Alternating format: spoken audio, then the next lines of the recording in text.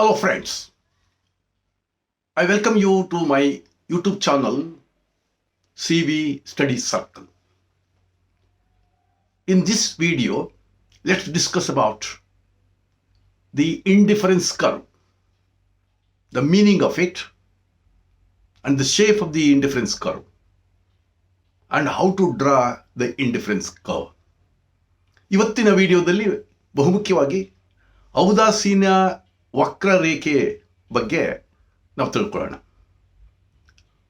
ಔದಾಸೀನ್ಯ ವಕ್ರರೇಖೆ ಎಂದರೇನು, ಅದನ್ನು ಹೇಗೆ ರಚಿಸಬಹುದು, ಅದರ ಆಕಾರ ಹೇಗಿರ್ತದೆ ಅನ್ನೋದ್ರ ಬಗ್ಗೆ ಇವತ್ತು ತಿಳ್ಕೊಳ್ಳೋಣ.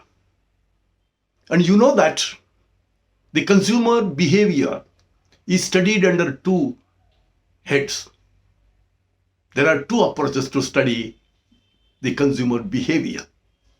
ಅನುಭೋಗಿಯ ವರ್ತನೆಯನ್ನು ಅರ್ಥ ಮಾಡ್ಕೋಬೇಕಾದ್ರೆ ನಮಗೆ ಎರಡು ವಿಧಾನಗಳು ಇದ್ದಾವೆ. ಒಂದು ಸಂಖ್ಯಾಸೂಚಕ ವಿಧಾನ, ಕಾರ್ಡಿನಲ್ ಅಪ್ರೋಚ್. ಇನ್ನೊಂದು ಆರ್ಡಿನಲ್ ಅಪ್ರೋಚ್, ಸ್ಥಾನದರ್ಶಕ ವಿಧಾನ. ಹಿಂದಿನ ವಿಡಿಯೋದಲ್ಲಿ we have studied about the cardinal approach, where the utilities are measured in terms of cardinal numbers like 1, 2, 3, 4, 5, like that. It is assumed that utility is measurable. ಈ ಸಂಖ್ಯಾಸೂಚಕ ವಿಧಾನದಲ್ಲಿ ತುಷ್ಟಿಗುಣ ಅನ್ನೋದೇನಿದೆ, ಆ ತುಷ್ಟಿಗುಣಗಳನ್ನು ಅಳೆಯಬಹುದು ಅನ್ನುವ ಆಧಾರದ ಮೇಲೆ ಆ ಒಂದು ನಿಯಮವನ್ನು ಅಥವಾ ಸಿದ್ಧಾಂತವನ್ನು ಅನುಭೋಗಿಯ ವರ್ತನೆ ಅನ್ನೋದರಲ್ಲಿ ನಾವು ವಿಶ್ಲೇಷಣೆ ಮಾಡಲಾಗಿದೆ. But and I told you that it was popularized by Alfred Marshall, and many have criticized this approach, cardinal approach, on two important points: that utility is subjective. It cannot be said in a perfect manner. ನಿಖರವಾಗಿ ಇಷ್ಟೇ ಯುಟಿಲಿಟಿಗಳು ಇಂಥ ವಸ್ತುಗಳಿಂದ ಸಿಗ್ತದೆ ಅಂತ ಹೇಳಲಿಕ್ಕೆ ಸಾಧ್ಯ ಇಲ್ಲ. ಯಾಕೆಂದ್ರೆ ಇದು ವ್ಯಕ್ತಿಗತವಾದದ್ದು. ಒಬ್ಬ ವ್ಯಕ್ತಿಯಿಂದ ಇನ್ನೊಬ್ಬ ವ್ಯಕ್ತಿಗೆ ಬದಲಾವಣೆ ಆಗ್ತಾ ಬರ್ತದೆ ಈ ತುಷ್ಟಿಗುಣ ಅನ್ನೋದು. ಸಿಗರೇಟ್ ಸೇದೋನಿಗೆ ಹೆಚ್ಚು ತುಷ್ಟಿಗುಣ ಸಿಗ್ತದೆ ಸಿಗರೇಟ್ನಲ್ಲಿ, ಸೇದದೇ ಇರೋನಿಗೆ 0 ಸಿಗ್ತದೆ. ಹಾಗಾಗಿ since it is subjective, you cannot measure utility accurately. ನಿಖರವಾಗಿ ಅದನ್ನು ಅಳಿಲಿಕ್ಕೆ ಸಾಧ್ಯ ಆಗೋದಿಲ್ಲ. And this assumption is unrealistic ಅಂತ ವಾದ ಮಾಡ್ತಾರೆ. ಇದು ನಿಜವಾದ್ದಲ್ಲ ಅನ್ನೋ ವಾದ ಮಾಡಿಬಿಟ್ಟು there came two important English economist, RGD Allen and J.R. Hicks ಅನ್ನೋರು.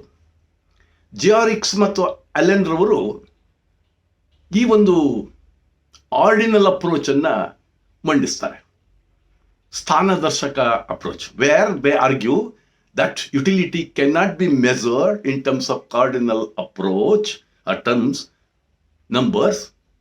It can be compared. It can be ranked according to the preference. ಆದ್ಯತೆಯ ಮೇರೆಗೆ ಇದು ಇಂಥ ರ್ಯಾಂಕು ಅಂಥೇಳಿ ಅದನ್ನು ನಾವು ಒಂದು ಸ್ಥಾನಗಳನ್ನು ಕೊಡ್ಬೋದೇ ಹೊರತು, first rank, second rank, third rank ಈ ಥರ ಕೊಡ್ಬೋದೇ ಹೊರತು we get 20 utils from the consumption of this unit of a commodity, 25 like that ನೀವು ಹೇಳಲಿಕ್ಕೆ ಸಾಧ್ಯ ಆಗೋದಿಲ್ಲ. ಈ ಸಂಖ್ಯೆಗಳಿಂದ ನೀವು ಆ ಯುಟಿಲಿಟಿಯನ್ನು, ತುಷ್ಟಿಗುಣವನ್ನು ಅಳಿಲಿಕ್ಕೆ ಸಾಧ್ಯ ಇಲ್ಲ ಅಂಥೇಳಿ ಈ RGD Allen ಮತ್ತು J.R. ಹಿಕ್ಸ್ ರವರು ಇದನ್ನು ಮಂಡಿಸ್ತಾರೆ. So it's an improvement over the cardinal approach. ಸಂಖ್ಯಾಸೂಚಕ ವಿಧಾನಕ್ಕಿಂತ ಸ್ವಲ್ಪ ಸುಧಾರಣೆ ಆದಂತಹ ಒಂದು ವಿಧಾನ ಈ ಒಂದು ಸ್ಥಾನ ದರ್ಶಕ ವಿಧಾನ.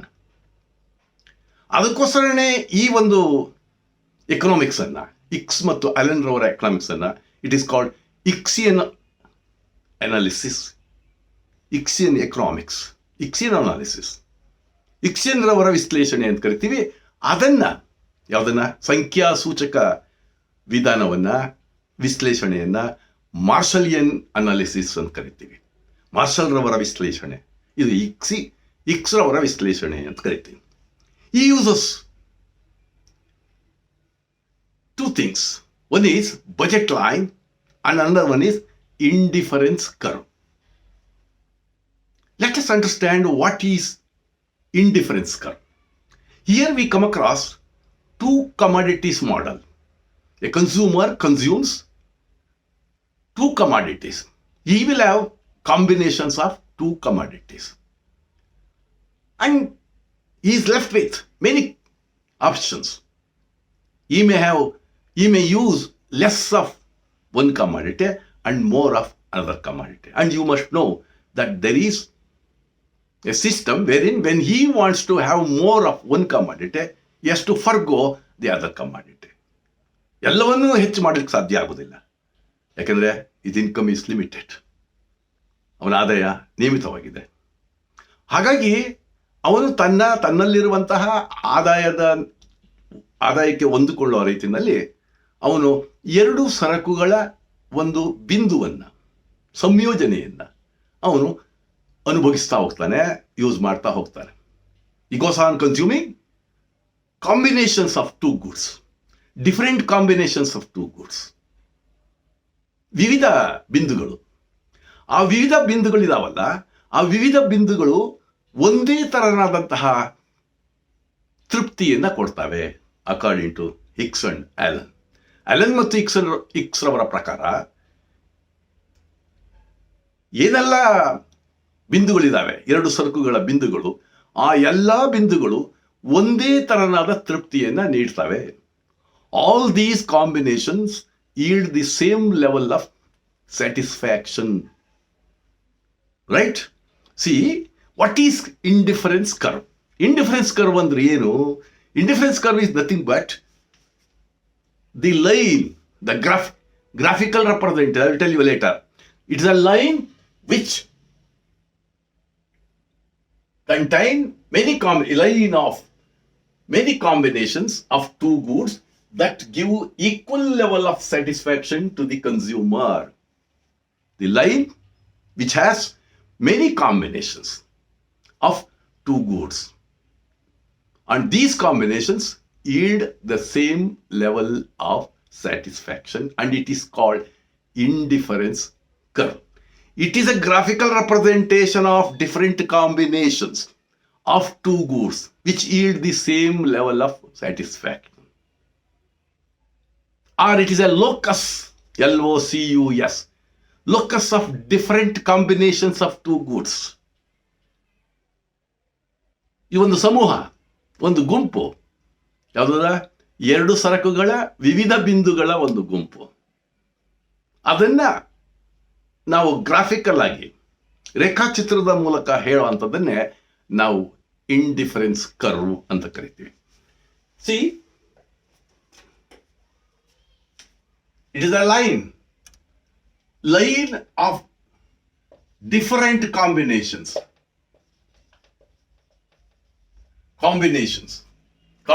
of two goods that give equal level of satisfaction to the consumer. That is called indifference curve.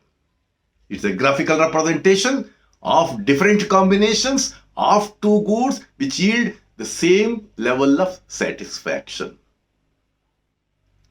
ರೇಖೆಯ ಮೂಲಕ ವಿವಿಧ ಎರಡು ಸರಕುಗಳ ವಿವಿಧ ಬಿಂದುಗಳನ್ನು ಹೊಂದಿರುವಂತಹ ಈ ಕಾಂಬಿನೇಷನ್ಸ್ ಅನ್ನ, ಅಂದ್ರೆ ಒಂದೇ ತೃಪ್ತಿಯನ್ನ ನೀಡ್ತಕ್ಕಂಥ ವಿವಿಧ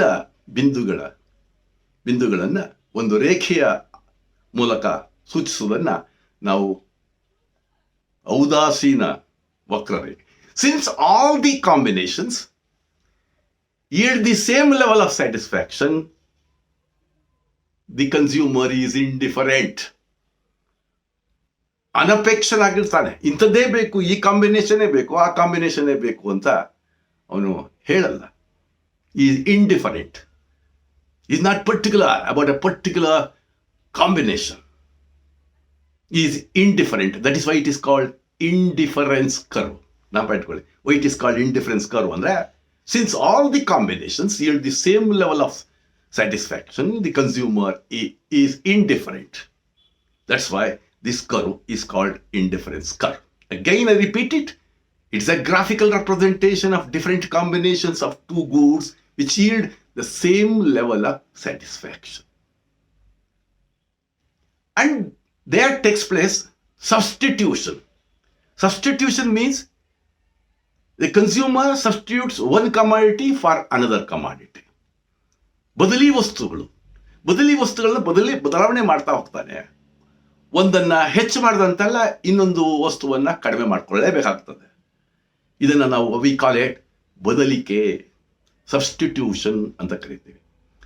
and here U C there is one abbreviation, marginal rate of substitution. What is this marginal rate of? It is the rate at which one commodity is exchanged for another commodity. ಒಂದು ವಸ್ತುವನ್ನ ಇನ್ನೊಂದು ವಸ್ತುವಿಗಾಗಿ ಬದಲಾಯಿಸಿಕೊಳ್ತಕ್ಕಂಥ ಏನು ದರ ಇದೆ ಅದನ್ನು ನಾವು ಸೀಮಾಂತ ಇಳಿಮುಖ ವಿನಿಮಯ ದರ, diminishing marginal rate of substitution. You should use a D here. Diminishing marginal rate of substitution. What does it mean? You observe it. See, combination B is combination A, 1:12.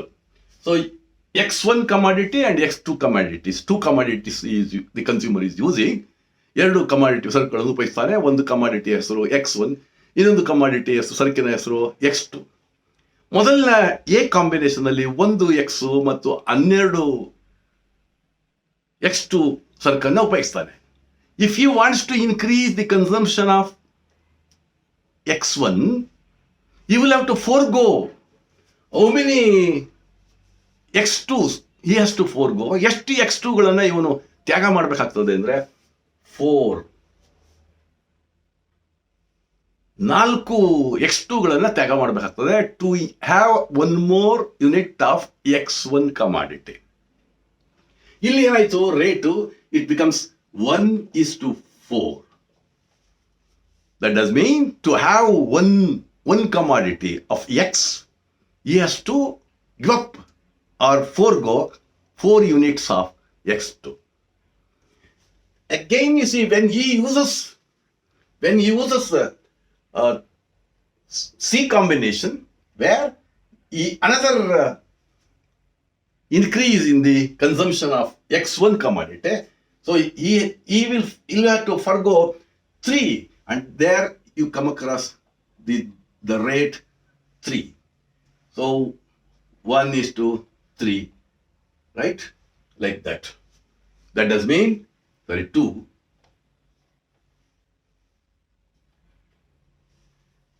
The marginal substitution, the rate of substitution goes on diminishing. ಇದು ಇಳಿಯುತ್ತಾ ಹೋಗುತ್ತದೆ, ಇಳಿಯುತ್ತಾ ಹೋಗುತ್ತೆ, ಕಡಿಮೆ ಆಗ್ತಾ ಹೋಗ್ತದೆ. ಏನು ಈ ದರ ಇದೆಯಲ್ಲ, ಈ ಬದಲಿಕೆಯ ದರ ಇದೆಯಲ್ಲ, ಅದು ಇಳಿಯುತ್ತಾ ಹೋಗುತ್ತದೆ. ಹಾಗಾಗಿ the indifference curve is convex to the origin, it slopes downwards. ಇದು ಇಳಿಜಾರು ಆಕಾರವನ್ನು ಪಡೆದುಕೊಳ್ಳುತ್ತದೆ. Now let's, on the basis of this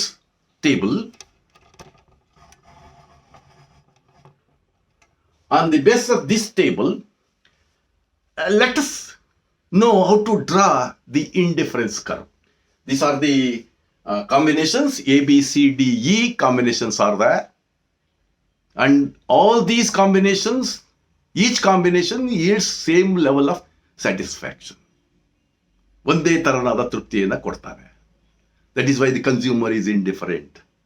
ಇದು ನಿಮಗೆ ಗೊತ್ತಿದೆ. ಇಲ್ಲಿ ಬನ್ನಿ, see, this is combination A, where consumer consumes X2 commodity. This is X2. X2 is measured here along OY axis. This is OX axis, and this is this. So here, this is 1 X2 commodity, X1 commodity. Please see, X1 commodities are measured along OX axis, and X2 commodities are measured along O y axis. Here there are 5 combinations. Say A combination, B combination, C, D, E. ಇಲ್ಲಿ ಕಾಂಬಿನೇಷನ್ಸ್ಗಳಿದ್ದಾವೆ. ನೋಡಿ, A, B, C. As the consumer goes on exchanging one commodity for another commodity, when he uses more of one commodity, he has to use less of other commodity. ಇದು ನಿಮ್ಗೆ ಗೊತ್ತೇ ಇದೆ. ಎಲ್ಲನೂ ಹೆಚ್ಚಿಗೆ ಮಾಡ್ಕೊಳಕ್ಕಾಗೋದಿಲ್ಲ. ಇಲ್ಲಿ ನೋಡಿ, ಇಲ್ಲಿ these are the combinations. Different. You plot these combinations, you join these combinations, and this is called IC, indifference curve. It is a locus of all the combination. It is a locus of all the combinations of two goods which yield the same level of satisfaction. It's a graphical representation of different combinations of two goods which yield the same level of satisfaction. ನಾವು ಇಟ್ಕೋಬೇಕು. ಒಂದೇ ತರನಾದ ತೃಪ್ತಿಯನ್ನು ನೀಡುವ ಎರಡು ಸರಕುಗಳ ವಿವಿಧ ಸಂಯೋಜನೆಗಳನ್ನು ಒಂದು ರೇಖೆಯ ಮೂಲಕ ಸೂಚಿಸೋದನ್ನೇ ನಾವು ಇಂಡಿಫರೆನ್ಸ್ ಕರ್ವ್ ಅಂತ ಕರಿತೀವಿ. Please C, these are A, B, C, D, E and these points. ಈ ಬಿಂದುಗಳನ್ನೆಲ್ಲವನ್ನೂ ಒಟ್ಟಿಗೆ ಮಾಡಿದ್ದೇವೆ. ಆ ಒಟ್ಟಿಗೆ ಮಾಡಿದಾಗ we will get A curve called indifference curve. So it will be like this, indifference curve. This is indifference curve. It will be like this. It slopes downwards. It's convex to the origin. Why it is convex to the origin? It is convex to the origin because of diminishing marginal rate of substitution. ಆ ವಿನಿಮಯ ದರ ಇಳಿಯುತ್ತಾ ಹೋಗುತ್ತದೆ. ಅದರಿಂದ ಈ diminishing marginal rate of substitution ಈ ಕಾರಣದಿಂದಾಗಿ ಇದು convex ಆಗಿ ಕಾಣುತ್ತೆ. ಇದು ಇಳಿಜಾರಾಗಿ ಹೋಗುತ್ತೆ. It slopes downwards because of DMRS. ಆದರೆ ಇಲ್ಲಿ ನೋಡಿ ನೀವು, production possibility curve, it is not convex to the origin, it is concave to the origin because of increasing opportunity cost. ಅವಕಾಶ ವೆಚ್ಚ ಹೆಚ್ಚಾಗ್ತಾ ಹೋಗ್ತದೆ, ಹಾಗಾಗಿ ಅದು ಕಾನ್ಕೇವ್ ಆಗಿರ್ತದೆ. This is convex to the origin. This is about indifference curve. So in the next video, let's go to understand the features, important 3 features of indifference curve. ಈ ಔದಾಸೀನ ವಕ್ರರೇಖೆಯ ಲಕ್ಷಣಗಳು, 3 ಮುಖ್ಯವಾದಂಥ ಲಕ್ಷಣಗಳ ಬಗ್ಗೆ ಮುಂದಿನ ವಿಡಿಯೋದಲ್ಲಿ ನೋಡೋಣ. Let's wait. Please see this video till the end, subscribe and ask your friends to subscribe. Thank you.